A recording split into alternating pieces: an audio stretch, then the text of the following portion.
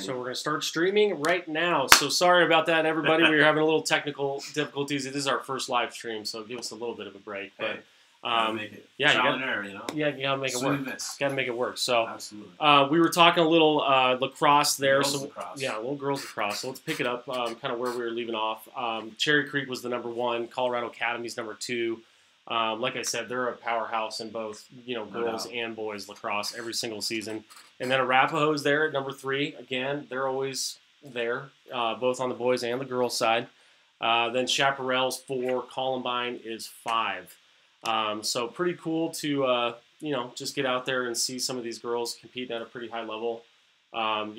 Consistently, some of the bigger schools are sending people to, Virginia's and back east and some bigger D1s. And the thing about it is, what people don't get, this state of Colorado, the athletes that are here, and it starts at a young age, and I truly believe that the reason it starts so young is because they take their kids up skiing, and they do those things when they're young. Colorado and they Prep end Ball up, Access. they end This is up, our first they really end up being great live athletes because of stream. Yeah. Phil Santucci.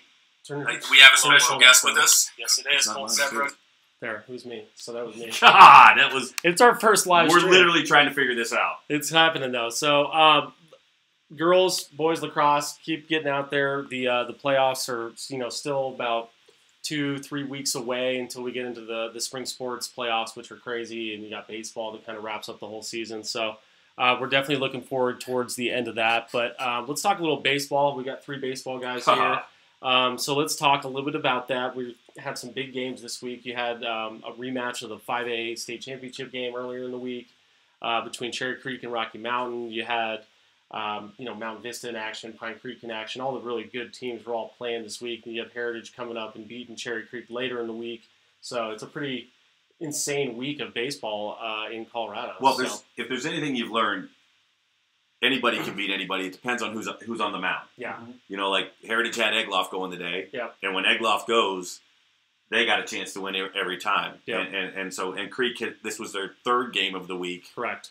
And they've got another one Saturday, which is a league game. So you run into certain guys at certain times, and that's when you end up, you run into a buzzsaw, right? Exactly. I mean, Absolutely. you remember playing, and when you were playing, and you go and okay, who's pitching for them today? Mm-hmm. Yeah, who's throwing for them today? And when you know that Egloff's on the mound, you know you're going to be in for something because he's 92. Yeah. He's hit 94. Yeah. And Coach Monroe sent me a text after the game. He said he pitched like an ace today. Yeah. So that's awesome. But Mountain Vista is the team that everybody's talking about. Absolutely. They have 6 Division I players. They are the real deal. Yeah. Mm-hmm. And so when you talk about high school baseball in the state of Colorado, I think you're working with a bunch of kids from different high schools out in the Absolutely. Parker area. What's your just take on high school baseball overall High school right now? baseball, I mean, you got to look at it from Chasta's standpoint. They're allowing these kids to play baseball and be student athletes at the first standpoint, so you got to appreciate that. And that's the season that they're in, and that's an opportunity for them to really have that atmosphere around their peers and really look into it. But Mountain Vista, man, Howland's Ranch area it's starting to become a pretty good talent pool area, and that Littleton area as well. You talk about some of the kids that are working it, and it's really about some of the coaching. It's really how they're getting it and how the opportunities are coming down to it. But they're really great, man. It's crazy. They're great. It's with instruction and all that side of it. What has been the biggest change in the game, you think, from like when we were playing to where we are now? I just feel like the players are getting exposed to better talent across the board. I think that's and the standards at which we thought about. It's like when I played minor league baseball, then the average fastball for a starter is in that 92 range. Now it's into that 95, 96. Right. So right. you got to have certain abilities from genetic DNA, but you also got to have that mental ability to push things aside and kind of go up from another day like it's opening day every time. Right. So it's a unique attribute that these guys have, and they're used to being on top, and that's how they continue to stay on top as well. I agree. Scotty, anything? Well, and again, I think I'm kind of unique, and so are you because you were a high school coach. I was a high school coach, and we're club ball coaches also. And for me, I think that the club baseball has gotten so much better in this state that it's helped our kids become better baseball players. And a lot of high schools now are for lack of a better term, letting their kids go play club ball in the summer. Where it used to be, no, we're not doing that. You're playing for your high school, right? But now they get it. It's a losing battle. As a high school coach, you can't win that battle. So the club ball is helping. Article 23, I think. Yeah, yeah. So but club ball is definitely helping. And it's the game days, the chaos, slammers, Bardos, all those places. Doesn't matter who you're playing for, and I truly believe that what matters is that you're playing. Yeah, absolutely. And there's more kids playing at a higher level now, and next, when it's all said and done, that's going to help kids play. Totally. And help high school teams be better. So that's kind of where we're at, and I think high school baseball in the state of Colorado is amazing.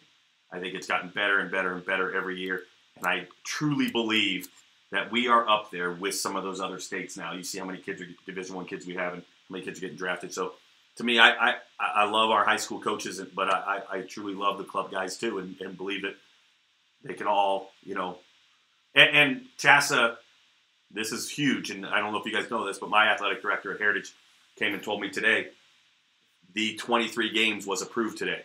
That's awesome. And that is huge for high school baseball in the state of Colorado. I appreciate is Bert Borgman to kind of stepping up and doing. Well, yeah, it really was spearheaded by the coach down at St. Mary's. Awesome. He's the one who kind of put the proposal together, and once that happened, now that that's happened, it's huge for high school baseball in the state of Colorado. Right. 23 games. It's still not enough in my mind, No doubt. but it's a step in the right direction. Yeah. But when you start talking, like I said, when you start talking high school baseball in the state of Colorado, it is 10 years, 20 years, or 15 years, it has gotten better and better. Obviously, you guys played, and you guys were great players, but now there's 4 or 5 good players on a team. Right. Where you were the guy on your team, you played with some great players at Creek, but that's a different story. It's crazy. And then you had the Heritage team from back in '04 that was unbelievable with Opitz and French and Crum that all played professional baseball. Yeah, absolutely. You don't get that anymore. No, it's crazy. It's crazy. It's a lot more spread out too. You just have more kids going to different schools everywhere, so it's not as easy to be like that year in year out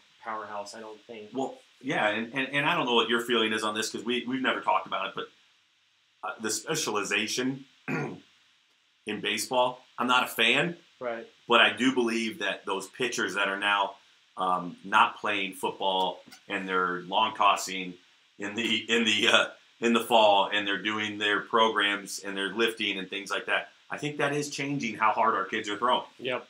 I mean, I would rather them play football and basketball. We're going to talk about both multi-sport athletes and best professional athletes of all time. Yeah, yes, we are. That's going to come up a lot. Oh yeah, that's awesome. That's going to come up a lot. My number one's not a baseball. Yeah. So have you been brainstorming over there, by the way? I know exactly what it is. That's okay. Good. So at the end of today's podcast, we're going to rattle off our top 5 favorite athletes of all time. So it's a super loaded topic and a loaded question. So it's very hard to. Man, I mean, like everyone in the world can have a different top 5, which is kind of why it's fun to do it. So I had so much fun with this topic because I spent the last 2 days at Heritage High School talking to everybody and anybody, and I had people dropping off lists on my desk, and I had people go, "That's good." Yeah, it was so much fun, and you go, "Oh, nobody said that name," Yeah. And who's that? Yeah, who's that? And why would you say that? No way, I wouldn't choose number 1. Yeah, and then you talk to a couple kids, and their list. And my list is going to be different than your guys' list. Oh, yeah. Totally. It's totally but their list, it's like, really, dude, that's not even an athlete. Yeah. I mean, it totally depends on when you grew up and could who be you a grew up movie watching. star. I have a feeling, knowing Phil, he's going to say something just to rattle me or try to rattle. I don't know. I think actually I was pretty straightforward with my list this week. I'm not gonna lie. I think I was pretty fair, I guess you could say. Well. So. Before we get into that, though, we got some more baseball to talk about. Cool. We've got, obviously they're getting into conference play now. Yeah, and the rivalries are still there. What was Broomfield's biggest rival? I mean, when we grew up, we were 4A back then. So when you looked at it from the standpoint, we were in the Skyline League, and now it's the Front Range League. Right? Was it Niwot? So was that your big rival though? No, now it was not necessarily a big. When I was in high school, it started to become a rival. Yeah, right. I believe. Coach Bodie kind of took them. I remember when Coach Bodie was there. Because I ended up playing with Coach Bodie, right? Who is now at Stanley Lake. Yeah, We saw him down in Arizona. Via Littleton. He was at Littleton for a couple of years and then went to Stanley Lake. But who was it when you played? Like, who did you get up for every time you? I mean, it was more or less Centaurus. There was some. Oh, that's right. And they had a coach that was pretty good there too. Yeah. So I can't remember his name, but he was just like a Andy Lopez type. Yeah, he got tossed a lot. He was at Arvada. Yeah. I think it was. I can't remember. Gosh. We won't waste our time. Yeah. But at the same time, there were some rivalries. Centaurus, and then kind of turned into Monarch. The next year for those guys, and so they continued to prosper in whatever situation at hand, and then it kind of turned into just like your rivalries with any other club. Yeah. So it was awesome. It was a good time. Yours at Creek. Who were Well, mine at Creek was Mullen, and it was always Mullen for all the different sports that we played in. The basketball games were always huge and a big deal. The football games obviously were crazy. There was. I think it's the fan-supported ones. Whatever the atmosphere was bigger. And that comes down to the school. Athletic director and coming in, what he promotes, and how the school works at it, and how they really do it. Really kind of that's really the biggest process of. Getting the kids, leading up with the pep assemblies and, promoting that student engagement, I think, with student athletics is such a huge aspect to, all student growth. And, that's huge for those guys and those, girls to get in those opportunities and to get a little bit of praise and a little bit of grace at the same time. And so it's cool to kind of see that angle at it, too. And the rivalries are, like, the best part about high school sports, for sure. So it's just fun to see them. And, like, in speaking of, like, rivalries that have, like, new and changed. Being that coach at Boulder, you got Fairview. That's huge. Gosh, that was always football, huge. No matter what sport. It's just like, hey, if we beat Fairview, we're good. Well, and so that's good, too. And obviously, we did a game this year. Heritage Arapahoe came down to a walk-off home run at the end. That's intense. It does not matter who. It doesn't matter any records between those two teams. A lot of them probably play together too. Well, they played together growing up. They played together some in the summer. You know them. As a coach, I got caught up in it, and I talk about this all the time. Jacob Goodman at Arapahoe, and I love Jacob. It's Drew Goodman's son, and when I was coaching against Jake, he had this great. I mean, he was great. He would take his knee and drop it in front of the bag, at second base on a pickoff. Yeah. And he was taught that, and guys are taught that. And, I had a guy that went in head first, and I got ticked because he didn't have the ball, and he dropped his knee. And he looked at me and goes, "Go back to the dugout, Scott." And I turned and told him, I said, "Next time you drop your knee, we're going cleats first," which you can't really do. But that's how the rivalry was. And then he ended up playing ball for me that next summer. Cool. And I had the best time coaching him. And he's a tremendous young man. And I'm going to get to coach his brother this summer. But that's what it's about. That is the rivalries that you get. And I'm happy. I still am into that. I love watching the football games. I coached football for 2 years. At Heritage, and we beat Arapahoe my first year coaching. There you go. That night was unbelievable. Yeah, winning a rivalry game, man. It's community coming together, man. Yeah, but you're right. Everything's kind of changed. That back in the day, you had Mullen. That's kind of Cherry Creek Mullen's not even a thing anymore. Now the big rivalry for Cherry Creek is Arapahoe, which is like when I was there, we never even played Arapahoe in anything because we were in different leagues. Yeah, they used to be in the Continental League. Yeah, it was. I just remember I was at the Mullen Cherry Creek basketball game earlier this winter, or like kind of in the middle of the winter, and was talking to their assistant AD at Cherry Creek, and I was like, "Why is it? It's not that crowded as it usually is for this type of game." They're like, "It's not even a rival anymore." Yeah. Like, oh, okay. But what's cool, like I said, what's cool about it is it's high school sports. No doubt. Yeah. And a lot of these this is what I love about baseball. The clubs, they're not stealing kids from the high school season. Right. Soccer, volleyball, lacrosse, all of them are really, like, their seasons are the same time. And there are kids that are not representing their high schools. That is a problem to me. Yeah. That's a major problem. Yeah. So I love baseball so much because we do our job. We let them be players in the spring, and they play for their high schools, and they represent their high schools.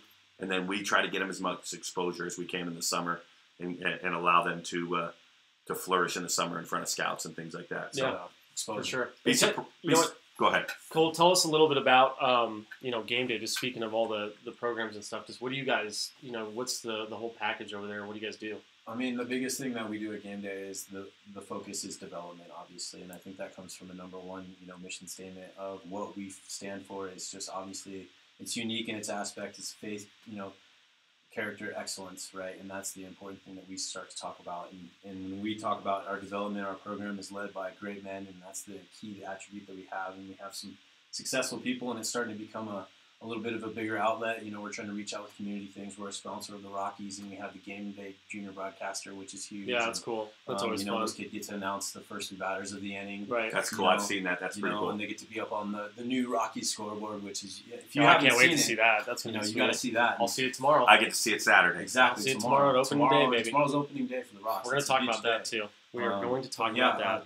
Game day is led by Mike Coons and Rick Eisenberg as well, and there's a lot of great people that are helping out. Yeah. Colin Allen is a huge step, and Colin guy, and it's crazy. Keith and Oxen, world. coach over at Bear Creek. He's a huge help. He's a pitching coach over there, and there's a lot of helpful guys over there, and we try to do what we stand for what we get to believe in, and that's what we try to focus on. It's just working with the people that come through our doors, and the Game Day Bubble is an awesome training facility. The turf fields that we have, Double Angel Ballpark is huge, and we have tournaments going on this weekend, which for younger guys. It's crazy. It's awesome. So it's awesome. Check it in. road2gameday.com, and cool. Check in and see what you got. But yeah, absolutely. There's a lot to do, but high school baseball is so important, and I think that's the key attribute that you guys are kind of paying tribute to, and it's awesome. I listen to your guys' podcasts, and yes, I you stay tuned. Colt's a regular listener. I know. You guys are doing a great job, and I appreciate hearing it. And I think you guys are going to continue to see, welcoming days in the future. Sure. And appreciate that.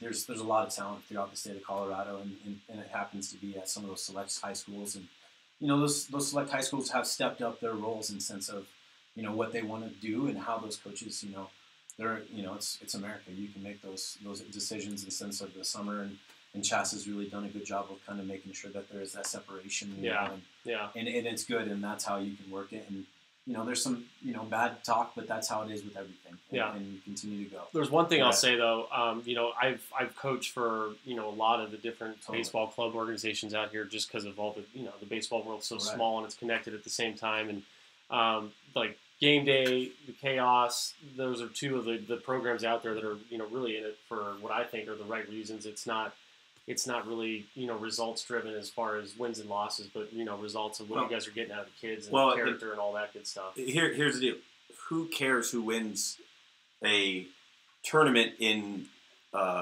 Albuquerque in mid-June? Yeah. I mean, don't get me wrong. We want to compete. We want to compete. It's about teaching kids how to compete and how to compete for job. How to compete for and how to deal with failure when you're not the starting second baseman when you think you should be. Yep. That is what it's all about. When I first started coaching, I was a fairly young guy, and you remember this. I coached too. We went 85-11 one year. Yeah, it was crazy. It was crazy, but it wasn't as much fun as I had. And I loved it, don't get me wrong, but totally. When you're expecting to win every single game, it's not good. And we don't care at Chaos and at Game Day. You're not going, oh, we got beat 5-4 today. I'm going to go home and lose sleep tonight. Right. No, it's hey, Johnny was 2 for 3 today. That's a big stride today. You know what I mean? Mm-hmm. He's going in the right direction. And that's what it is. I actually talked to a parent today on the phone who their whole summer thing fell apart for about a group of 6 or 7 kids. And she called me and goes, I don't know what to do. I don't know how, and I said, we'll meet on Saturday. We will figure out something. Cool. And it's about those kids so they have the opportunity to play. And I know Game Day's that way. I know Chaos is like that. I know for a fact because I have literally gone to the point where I'm like, I don't care how much money it costs. We're not gonna be. It's not about winning at all costs. We're not putting 15 of Division I players on one team so we can tell everybody that we are God's gift to baseball, because we're all doing the same thing.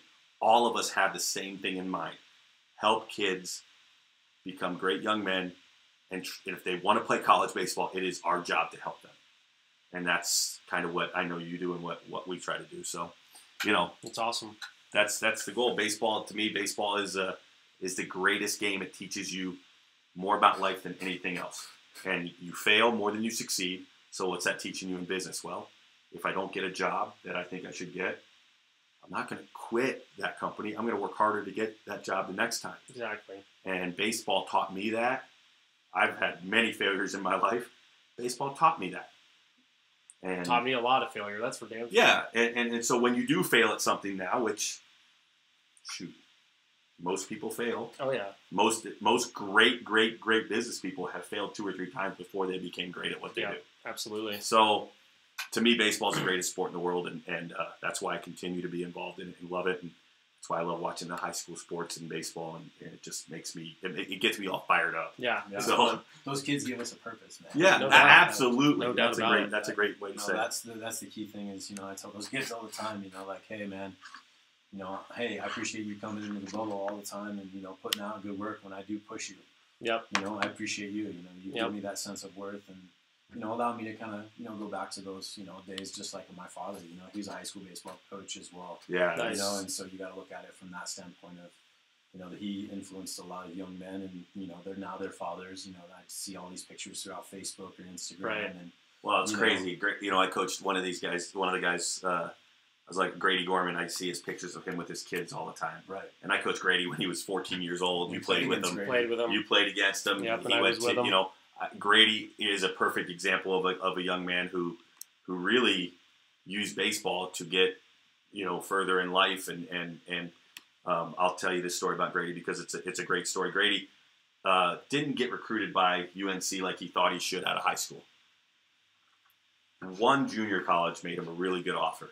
Okay, this is how I remember Grady. You'll probably text me and go, that's not how it was, Coach. But Grady almost did not go play baseball in college. Could have been. He went to Dodge City. He didn't want to go to Dodge City, Kansas, which actually has turned into a really, really good junior college baseball program. But he was like, I don't want to go to Dodge City. And I go, well, where do you want to go? I want to go to UNC. I go to Dodge City, play baseball. You're not going there for the town. You're going there to get your education and play ball. Right.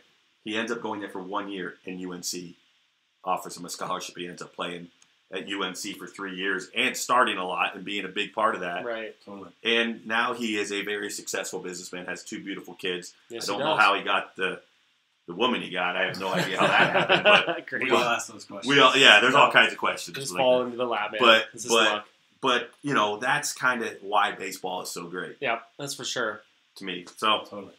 All right, well, let's switch gears. Let's get into some of this fun stuff that we got going on, at least here locally in Colorado. Obviously, tomorrow is opening day. It's been opening day for all week and even the last weekend for Major League Teams Baseball. open up their schedule in March, man. Yeah, it's crazy. It's crazy. How Remember soon you I get love it? it. I love it. Oh, yeah, might as It was well. so beautiful. I wanted to get going. I got the app, At Bat, and I just watched, as many games as I possibly could. There you go. Rewatched them, and it was great. It's like right when March Madness is over, they might as well start playing baseball for real. So, and that's pretty much what happened this year, actually. I think there was Monday night, or Tuesday night was the championship game. No, Monday night was the championship game, and then Boom, Tuesday was opening day, wasn't it? Like something like that. So I think maybe that's exactly what they were thinking of doing. But it's good to be back. The Rockies are opening up tomorrow. It was supposed to be chilly, and I still think it's not supposed to be kind of how it has been in years past. It's usually 75, 80 degrees on opening day somehow every single year. I don't know how it happens. Feel the atmosphere buzzing. Yes. So I think tomorrow they're calling for about 50. About 50 tomorrow. So that's better than what they were originally. 43. At game time? Yeah, I don't know. It's Colorado. It is Colorado. You may not get to go to the game tomorrow, and opening day maybe Just Saturday like with Yanks. me. The Yanks. Yeah. Did you hear Oh about yeah, the they Yanks? got The Yanks got snowed out on their first. That's opening day, crazy, and man. they scheduled Tuesday. And the East has been getting pounded with snow all year Ski long. the East, man. Ski the East. You gotta love it. That's funny. So I'm excited for the Rockies. I know the early season. It's Charlie Blackmon said, signing deal. That's big, awesome. obviously. So the team's kind of around 500 right now, which is not a huge deal either Chuck way. Nasty, of course. But Chuck Nasty signs for $106 million, I believe. Ooh. So good. I mean, Just matters what's awesome guy. That's the important thing. heck of a center fielder. Obviously, put up MVP-ish numbers last year, so I just want to pretty. go fly fishing with him, man. He sounds like a fun guy. Well, did you hear what he said about his signing bonus? He's gonna get new tires. His bonus is ridiculous, but he's going to get new tires. On his Jeep that he's had forever. Yeah, Yeah. that's his deal. He's going to get new tires. He's had that since day one. I guess he said I saw some specials on some old Rocky shows and stuff like that, so it's pretty cool. Yeah. So, what do you think? Let's talk a little bit about the Rocks because they're in a tough division. Totally the West. Arizona's going to be, they're 5-1, or depending on what happened today, I think they're Dodgers. 6. Dodgers went to the World Series last year. Padres, they're not. Giants. The Giants. Giants are always going to be good. The Giants. Wait, is Big it? free agent signs, man. Yeah, I mean, McCutchen, Longoria. Longoria finally got his first hit yesterday as a Giant, and it was a home run. No doubt. So kind of fitting, but started 0 for 16, so it wasn't going the way he hoped it was going Big to go. pressure, man. It is a lot of pressure. That's pretty crazy. It's his first big deal coming from the Rays, and trying to make those big steps, playing up third, and hey, that's a big role. And awesome. when I think of the Rocks, the last 2 games they pitched really well. They won 3-1 today. Mm-hmm. Gray threw great last night, and Anderson threw tremendous today. The first, up until Gray's start last night, they had too many walks. They were behind in too many counts, had too many walks. Now, when they pitch ahead and they're able to throw strikes, I think they'll be able to play with anybody. I really do. And I'm not just a front, I like whatever. I'm not a Rockies, that's not my number one team. My number one team is the Yankees. Been there my whole life. First game I ever went to was Yankee Stadium. So I love the Yankees. Craig Nettles gave me his batting gloves. I'm 9 years old. Right. So I'm a Yankees fan. Okay, but I like the Rocks and I want them to win because this is where I live, and it's always exciting in Colorado when the sports teams are doing well. Oh yeah, totally. So I think they're going to have a good year. I actually think they're going to win the West. Oh. The Rocks? Yes. I love it, man. I do too. Exciting. If the starting pitching can, do what it can do every night, 5 or 6 innings with the bullpen that we've put together, I could totally see that happening. The Giants they've definitely improved their team, but their pitching staff is one injury away from being very kind of similar to last year, not really having any experienced starters and all that kind of stuff. The Dodgers are going to be there, obviously. I still think the Padres are probably 2 years down the line, but they got better as well with getting Hosmer, and some of their young guys are coming along. Hosmer's going to hate They had a guy hit San Diego, 3 home runs the other night against the Rockies. So yeah.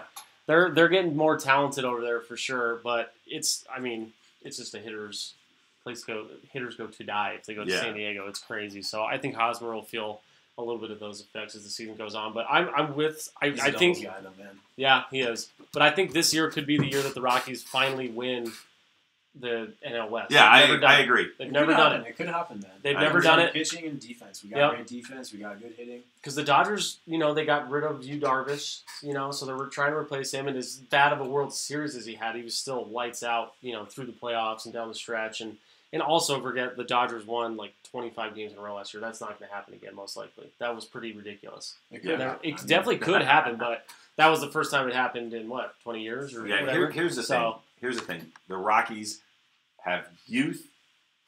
They have experience. They have Black in their manager. Bud Black seems to be able to figure out how to get the most out of him. I love his spring training stuff. The ping pong tournaments. It's awesome. The whatever it is. I love it. I love all of that. But here's my biggest thing. The closer. We had a good closer last year. I actually think they upgraded. Cutter. They upgraded at closer. Oh yeah, which is crazy. hard to believe. I loved it. It's very hard to to believe. GM, front office, everybody scouting. Well, they're doing a good job. I was drafted by the Rockies. I love the Rockies. You get drafted by them at high school, right? Yeah. So my name's in it somewhere around. Oh, that's awesome. That's cool. Well, since you brought it up, Cole, tell us. After your playing days at University of Arizona, you got drafted by the Cardinals. And tell us just, what was your career like, your experience like with the Cardinals organization? Well, the Cardinals organization, first off, I got sent to Batavia, New York, Mark DeJean, and I was drafted in the 22nd round. It was, exciting, but it was just right after a loss to the University of Miami to go to a super regional my senior year. My grandpa had died, that night that we played. So it was a rough emotional time. Sure. So I just remember getting into New York Penn League, and we won that championship. We won the New York Penn, and I had some good opportunities. And then, got to AA and got to meet a lot of great guys. Oliver Marmol, You know, he was one of my teammates. He's the first base coach. You know, Mike Schilly, bench coach. Matheny was doing his, you know, rounds as a rover. You know, obviously you talk about the GM. You know, he's been there for a long time. So Mazalok, you know, he's a Colorado guy. His parents, I'm sure, live in Broomfield still, and Fairview guy. Nice. You know, Yeah. so, Small world, huh? Yeah. Small world, baseball world. Yep. You know, there's just a lot of good relationships, a lot of good baseball development. Taught me the right way. Tony La Russa. You know, I got to play a couple spring training games, you know, with the big league club. And, Oh, how awesome was that? oh man, it was That's really cool. insane. And, you know, Pujols. I'm jealous. I tell everybody the story of, you know, Pujols. You know, I walked in the dugout. You know, we took the bus ride, and I thought that was cool as well. You know, but the moment that I was kind of like awestruck is when I was in the dugout, just sitting there watching BP, and I was seeing like Willie Mo Pena from the Nationals in Zimmerman, just mashing balls over the LaRoche, bashing balls over the fence, and sitting on the dugout, and then all of a sudden, you know, Albert Pujols walks out of the dugout, you know, from the locker room, and he goes, "Hello, I'm Albert Pujols," and I'm like, "Yeah, dude, I know who you are." Yeah, Exactly right. That's you know, funny. but it was just so cool that he treated me just like I was another guy that could make that, you know, chance, and you know, never got in the ball game, but it was just surreal the whole moment. But you know, eventually I got into a game and, you know, got to have some opportunities, plays made, you know, got some at-bats, you know, and it was super fun. Any hits? No hits, you know, one strikeout and, you know, ground out to the right side. That's know. okay. So, you know, you remember who pitched against you? I couldn't tell you who was pitching against me, man. It wasn't a big name guy. It was a guy that was, you know, probably doing the same thing you were doing. You know, yeah, absolutely. Yeah. Just, you know, grinding, you know, number That's like awesome. 79 or 76. What number were you? I was 87. Oh yeah. 87 boy. one Nice. time, 89 the next time. Boy. You know, That's so I pulled cool. in, you know, an opportunity and a rank, you know, and it was cool. But, you know, a lot of guys are getting those opportunities from the state of Colorado, and that's what you guys are trying to promote. And that's the key thing, and you look at it from, you know, many standpoints. Kids from junior colleges, you know, kids from junior colleges in the state of Colorado. You know, there's a lot of junior college baseball. There is. Division II baseball is stepping up in the state of Colorado. Yep. And you guys talk about it all the time. These kids are now getting, from the state of Colorado, more opportunities to play good baseball. Yep. Yeah. That's what we all talk about. And, Hey, you know, you talk about that, and I took a team down to Fort Myers, Florida last year for the perfect game fall underclassmen national tournament. There were 35 scouts. Or not I don't want to say scouts. There were 35 colleges watching these kids play. And everyone from Creighton to Louisville to University of Cincinnati to Notre Dame. I mean, everybody watching these kids play. And our kids are getting that exposure more and more. Right. And that's why, you know, back in your day, you didn't get to do that. No, I mean, I played the area code games when it first Which was awesome. Yeah. And that was kind of the only exposure you could get. So if really you do big time, you know, kind of like the national front, like especially on the internet. Yeah, absolutely. You know. Yeah. Those You know, showcase networks that tournaments, first dude. started Those to were get so going. much fun. Yeah. Those What was showcase tournaments, just like like actually playing them. Oh my Oh, gosh, they totally. were so cool. And they're a little overwhelming. So were. if you're not prepared for that, the stage is pretty big. Yep. And if you're not, and those coaches see that. And so I always tell, there's a lot of parents that have a 15 or 16-year-old that'll say, I want him to go to this tournament with you. And I'm like, that will hurt him more than it will help him. He's not ready for that stage. He's not ready for 93. Right. He's not ready. And you can get your name crossed off a list as fast as you can get one put on in one at-bat. Yep, no doubt about it. A lot of variables you got to learn as a young man, especially in the game of baseball. And it's big boy And baseball. and you know if you're not ready for that, you go down there and they just do this. If you don't sprint to first base, which a 16-year-old will hit a ball back to the pitcher and jog to first because he hasn't been he's not ready for that situation. They just go, okay, no, back at the old yard, Scott Services. The day I got and the Seattle Mariners manager now. Yeah. The day I got drafted, I went 0 for 4. Or like the day that they knew they were going to draft me, I went 0 for 4 and struck out 3 times because they wanted to see me fail and see how I reacted to that. Yeah, see if you're a team guy or not. Yeah, so it's important. So those are the things that us as coaches, you know, now and you as an instructor now, and those are the things we have to make sure we teach these kids and understand. You know, you never knew whether Jake Opitz or Jake was a little more. He got a little upset at times, but you never knew if Shane Opitz was 5 for 5 or 0 for 5 in a game. You know, and the Blue Jays guy goes, I love how even keel he is. Yeah. You know, and he was drafted in the 11th round. You know, out of high school, and now he's at AAA with the Brewers. So knock on the door down in Colorado Springs, by the way. Yep, it's crazy. Small the small world. But that's Rick how Sweet, man. Rick Sweet, Yeah. awesome dude. Yeah. Man. He's sweet. So Obviously. All right, well, let's get into kind of our fun topic of the week that we were promoting on social media. Just a little top 5 countdown. So we'll do some top 5s from time to time. Scott goes first. no. I go last. I'm the oldest here. You young puppies go first. All right. I want to laugh at it. Let's have our guest. Do you have a list, Colt, or should I start? Let's hear you start. Start us off the show. Okay. You do it right. So I put mine in my ranking of top, 1 being the best. Yeah, and I did 5. not do that. So that's why I wanted to say that. So Scott did not do that, but I did do a top 5. So I guess I'll start with number 5, and that would be Tiger Woods. Right. So you're starting our show off with a golfer as one of the top 5 athletes of all time. Yep. The people just literally turn the show off. I hope they so. literally just turned the show off. Oh, I hope not. Number 4, Michael Jordan. Number 4 is Michael Jordan. Number 3, LeBron James. Dang. Number 2, Willie Mays. Number 1, Bo Jackson. Bo Jackson. Yes. Interesting with Bo Jackson. Go ahead. Okay. Number 5 for me, and this is kind of like, I grew up, loving, the commercials. Yeah. Nike commercials. Those guys that, that were really sponsored, and I was like, hey, I got to get Nike shoes. I got to get this. I just love their passion and their stigmatism to get kids locked in, and that's what it was. And number 5 is, like you said, Bo Jackson, man. Being that Nice. I played football in high school. Yeah. At Broomfield with Gary Davies and a lot of those guys. And Broomfield has a great football team. Yeah, they do. A lot of my former teammates. Chad Cooper up in Erie, he has a great football team, and they win the championship down at Air Force. Okay. And you really think out about it from those standpoints of there's a lot of key attributes to that. Yeah, that's for sure. Yeah, absolutely. You want me to go with my number 4? I want to hear them all. Okay, number 4. And then we'll grill each other's lists after we kind of hear everyone's. Totally. So Bo Jackson, obviously number 5, and then it comes down to Derek Jeter.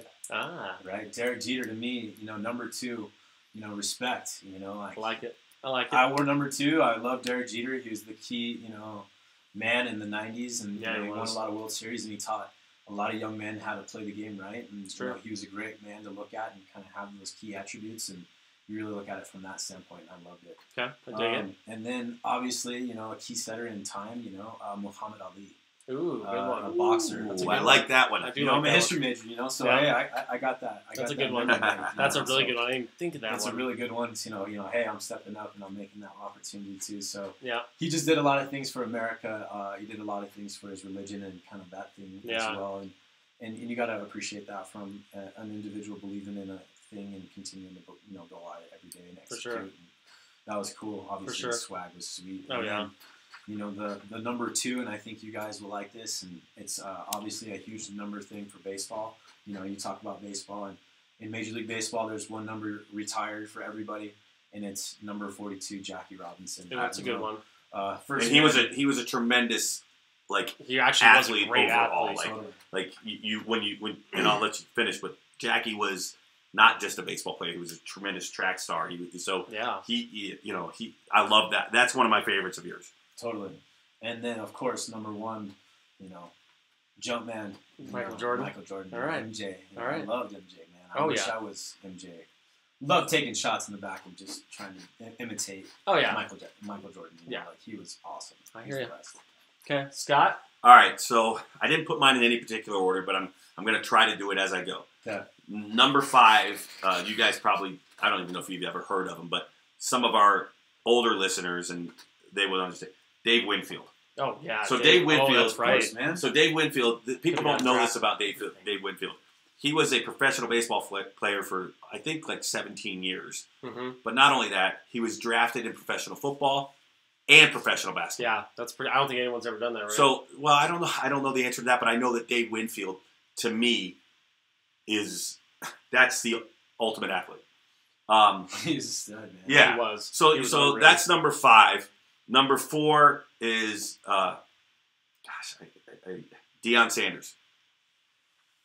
So when you talk about Deion Sanders, you talk about a guy who literally helped the Atlanta Falcons, like got in a helicopter, played a game for the Atlanta Falcons, got on a helicopter and went 3 for 3 the next night.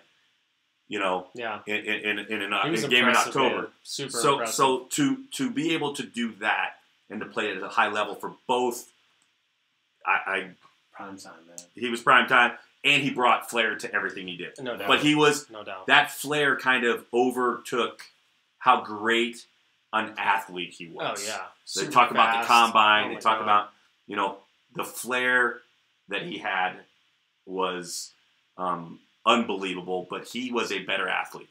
He wasn't much of a tackler. We all know that. But he was a shutdown corner Yeah. before shutdown corners became shutdown corners. Yep. Number 3, Jim Brown.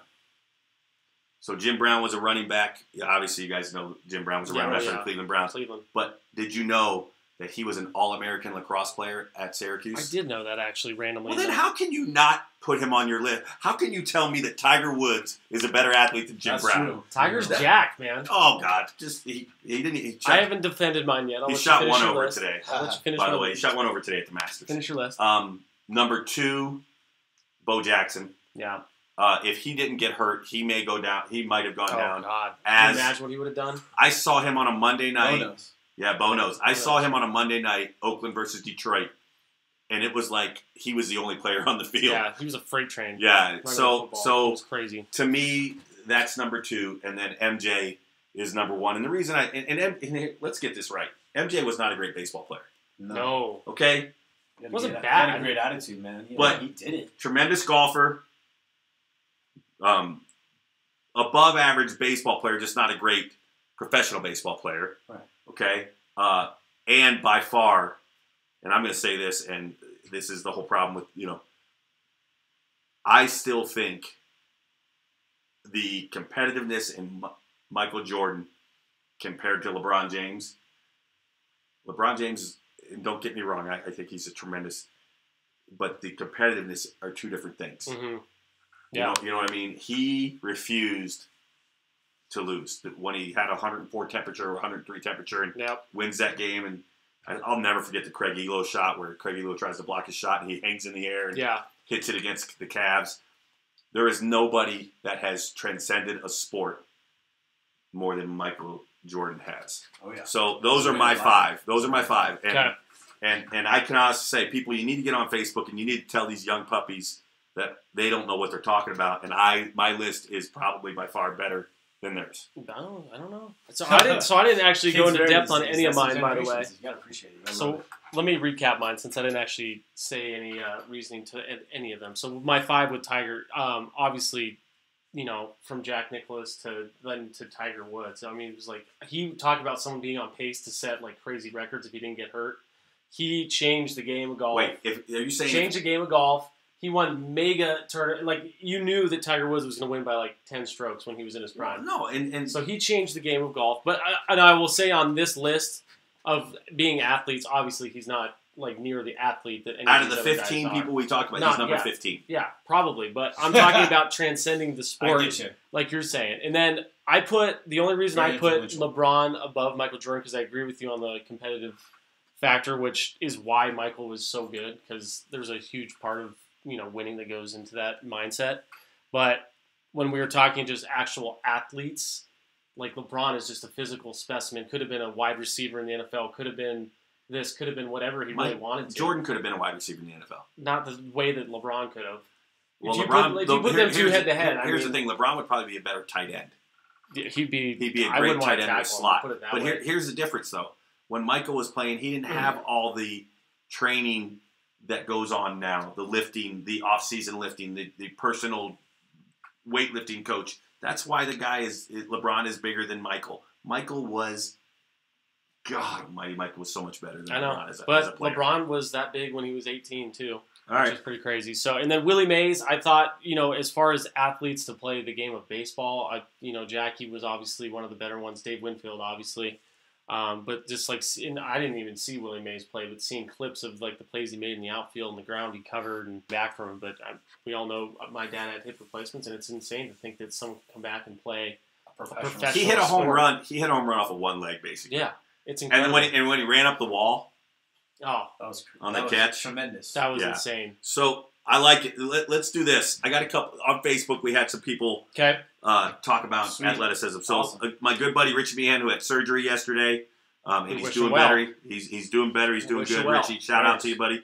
Here's his in no particular order, but Bo Jackson, Deion Sanders, Ricky Henderson, Ooh. Stealing base. who I hate to say this, Richie, he was a great baseball player, but I don't think he could have been No. Walter Payton, which I like. I think some of his 34. workouts that you see Oh man, from back in the day, and then Michael Jordan. So what do you think of that list? that's pretty good. list. Which one of that group does not belong? It's geographically, I think. Probably everybody- Ricky. Yeah, everybody. Ricky? I don't You know, think Ricky, I don't think Ricky. Okay. He's not. But everyone else is guys we've already talked All about. right, we're going to go down to Grady Gorman. We talked about Grady a little bit tonight. God. Grady, Yes, Michael Jordan, Sweet. Tiger Woods. We already Grady. I love it. Tiger. See, it's influential. Ken Griffey Jr. Good one. That's a Yeah. really good one. Another Nike guy. Here's a guy that I thought about, and I like, and the only reason he's Because from Seattle. Yeah, But Russell sweet. Wilson, another guy who can play baseball and football. Grady put Russell Wilson. Yeah, God, that's lame. He's a third rounder, man. He's one Yeah, of those guys. he's a you third know, He is. I know. You He's know, like they're talking talking about about a those baseball player. reports this morning. You know, they're talking about the reports. He got like a 69. Jeez, You know, that's so good. you know, stepping up. I like It's a his, good what one, he does Grady. with baseball. And then too. Technically, Deion technically Sanders. answering the question properly, Yeah. like Grady would. Yeah. Reading Yeah. all the rules. Justin Crum, who's a buddy of the show. Right on. Ryan Sandberg, who was Nice. a Chicago guy. Yeah. yeah. Yep. Jerry Rice, That's a good Nice. one. Wow, Receiver. that is an overlooked one, I think. Bo Jackson, and here's one that Greg Maddux. Filthy. Kraft. But when you look at Greg Maddux, you wouldn't think he was an athlete, but what an unbelievable golfer. He was like the best John Smoltz, pitching great fielder. golfer. Yeah, defensive player. He Yeah, won the Gold defensive Glove like every glovers. year. But Yeah. still, I don't think he's going to go dunk on anybody. No, and running he's- anyone yeah. down on the football field. And I remember, here's a great story about Greg Maddux. I was at spring training one year, and I'm walking around, and Greg Maddux is on the treadmill, but he's not even on the treadmill. The treadmill's going. He's got the towel around his feet are outside the treadmill, and he's watching TV. And then he turned it off and walked out. Like, he didn't even run on it. But Sounds right. and then Mike Tyson, who Ooh. obviously, yeah. We didn't Ferocious. talk a lot about, did you say Muhammad Ali, right? I said Yeah. Muhammad Yeah. Ali, yeah. You know, we didn't talk a lot about, because people start talking Muhammad Ali, then they said, well, George Frazier was just, Yeah. Oh, there's another Muhammad right there. Okay. So, yeah, Pablo. Pablo Severson, Nice, Bobs. hitting coach at Chaparral, coached with me at Heritage for years. Oh, he's with me on LeBron Coach is James. stick. Yeah. He's got Bo Jackson, LeBron James, Deion Sanders, Michael Jordan, Muhammad Ali. Cool. It's a pretty good one. That's a really good list. Yep. Somebody had to have helped him with that list Yeah. because he's not that smart. He is smart. Adam Enlow. You remember Adam Enlow? I Played do. at Thomas Jefferson High Okay. School. Yep. He lives in St. Louis now. Sweet. So he's, Nice. he says Bo Jackson, Deion Sanders, Johnny Bench, Andre, and Mike Trout. Mike Trout is Mike definitely Trout's pretty 21st century. ridiculous. Yeah, and he A is lot of very, kids would very say number athletic. one for Mike Trout. Yep. He's the Jeter of the next century. That's Yeah. very true. And then we go down Sean McCourt, who we all know is Yeah. the pitcher, went to Arapahoe. Cal Ripken, Cal. Johnny Unitas, Jim Brown, Pistol Pete Maravich. And Hmm. I actually Hmm. thought about putting Pistol Pete Maravich. They said that Pistol Pete Maravich used to be in a car, and his dad would drive the car, and he would dribble outside the car Wow. That's pretty sweet. as the car was going, 10, 15 miles an hour. Dang. That's And pretty that, impressive. and if you ever watch any clips on him, Oh, and they didn't have 3-point line yet when he was doing it, right? When he was playing. wow. Yeah. Pistol Pete. Pistol Pete shot out. Actually, that's not Sean. That's Gary Bishop. Sorry, Johnny. So Gary Bishop said Pistol Pete, Jim Brown, Johnny Unitas, Cal Ripken, and Earl the Pearl Monroe. Earl the Pearl. Sean McCourt was Love Jim. these nicknames. Yeah, Right. Earl Wish the I had Pearl. a sick nickname So like Earl that. the Pearl played for the New York Knicks, and he was pretty amazing. Right.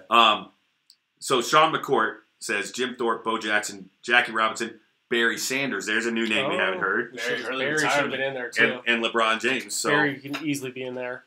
DJ Edwards, our buddy at Push, Willie Mays, Joe Montana, which I'm not. That's gonna such a agree with. Niners. He's such a Niners yeah, guy. such a Niner fan. Ken Griffey, Like it. MJ, Like it. and then the great one, Gretzky. Ooh, Wayne Gretzky, Gretzky. That's a good one. You know? I don't know what he's like off Hey, skates. don't but you know? Hey. Yeah. Canada. eh? Mike, so we're gonna go. As we're going through it, these are guys that we know. Brian Bond's coming up. Mike Fiskus, Bo Jackson, Dave Winfield, Jim Thorpe, LeBron James, Michael Jordan, all guys that have been named. So agreed. We're gonna get these tagged to CO Prep All Access next time, man. Stop hoarding these messages. Well, Promote the brand, baby. I shared Put it. it out in his beautiful self. I shared it, and these guys all decided to do it here. Yeah, we got to get our viewers. They want to watch somebody. Hey, you guys put them on CO Pro App Come on. so that Phil gets off my back. Brian Bond, did I say? So Brian Bond is Bo Jackson, Tiger Woods, Muhammad Ali, MJ. And this one I don't agree with. I wanted to say Babe, but I know. No, come on. He was an overweight. He could pitch, too, though. Yeah. He pitched well. Okay, and he was pretty athletic. But when you literally talk about the athletes that we've talked about, could you really see let's say we go, okay, we're going to play football today. We'll play touch football. And you got MJ, you got those guys out, and you put Babe Ruth out there. I'll take Babe. You take Babe. Yeah, that's why you would lose. He'll throw your quarterback. Legends never die. Yeah, that's right. Anyway, you guys see these young guys. They just like to say stupid things that piss me off. What do they say? No, him. I want to hear. Oh, this guy. Him, that young guy. Donnie Alexander. What did you say? Donnie from Grand Junction. Dude, Donnie. Great, you know Donnie? Yeah. I know Donnie. So he says Nolan Ryan, who we saw him take down Ryan Sandberg, didn't we, when he hit him? That's true. No. Robin Ventura. Robin Ventura, yeah. Oklahoma He State, Robin knocked Ventura. he knocked Robin Ventura out, which I love. Derek Yeah, Jeter, good. Wayne Gretzky, Michael Jordan, Walter Payton. That's awesome. That's a good one. One more, and Cool. of course Nick Hoskin tried to come in. He was LeBron James, Brad Stiles, Chris Bryant, Styles. yeah, Chris Bryant, Dustin Johnson, and Anthony Rizzo. If anybody's seen Brad Stiles, we know better.